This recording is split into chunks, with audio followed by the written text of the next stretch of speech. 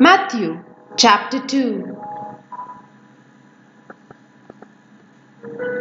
Jesus was born in Bethlehem in Judea during the reign of King Herod. About that time, some wise men from eastern lands arrived in Jerusalem asking, "Where is the newborn King of the Jews? We saw his star as it rose, and we have come to worship him." King Herod was deeply disturbed when he heard this, as was everyone in Jerusalem. He called a meeting of the leading priests and teachers of religious law and asked, "Where is the Messiah supposed to be born?"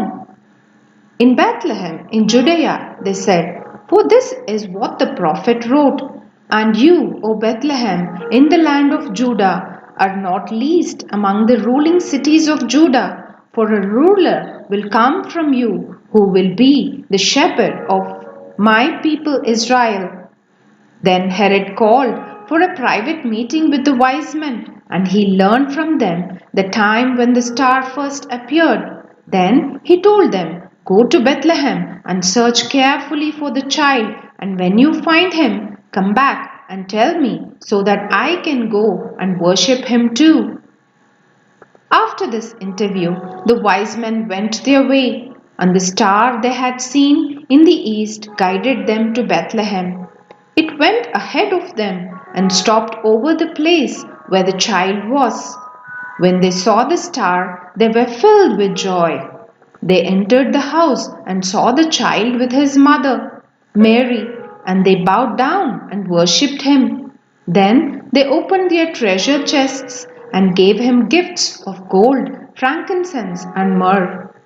When it was time to leave, they returned to their own country by another route, for God had warned them in a dream not to return to Herod. After the wise men were gone, an angel of the Lord appeared to Joseph in a dream. "Get up, flee to Egypt with the child and his mother," the angel said. "Stay there until I tell you to return, because Herod is going to search for the child to kill him." That night, Joseph left for Egypt with the child and Mary, his mother, and they stayed there until Herod's death.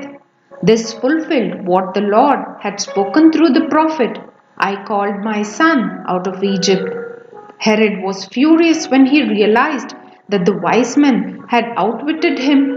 He sent soldiers to kill all the boys in and around Bethlehem who were 2 years old and under, based on the wise men's report of the star's first appearance. Herod's brutal action fulfilled what God had spoken through the prophet Jeremiah. A cry was heard in Ramah, weeping and great mourning. Rachel weeps for her children, refusing to be comforted, for they are dead. When Herod died, an angel of the Lord appeared in a dream to Joseph in Egypt. "Get up," the angel said. "Take the child and his mother back to the land of Israel, because those who were trying to kill the child are dead." So Joseph got up and returned to the land of Israel with Jesus and his mother. But when he learned that the new ruler of Judea was Herod's son Archelaus, he was afraid to go there. Then, after being warned in a dream, he left for the region of Galilee. So the family went and lived in a town called Nazareth. This fulfilled what the prophet had said, "He will be called a Nazarene."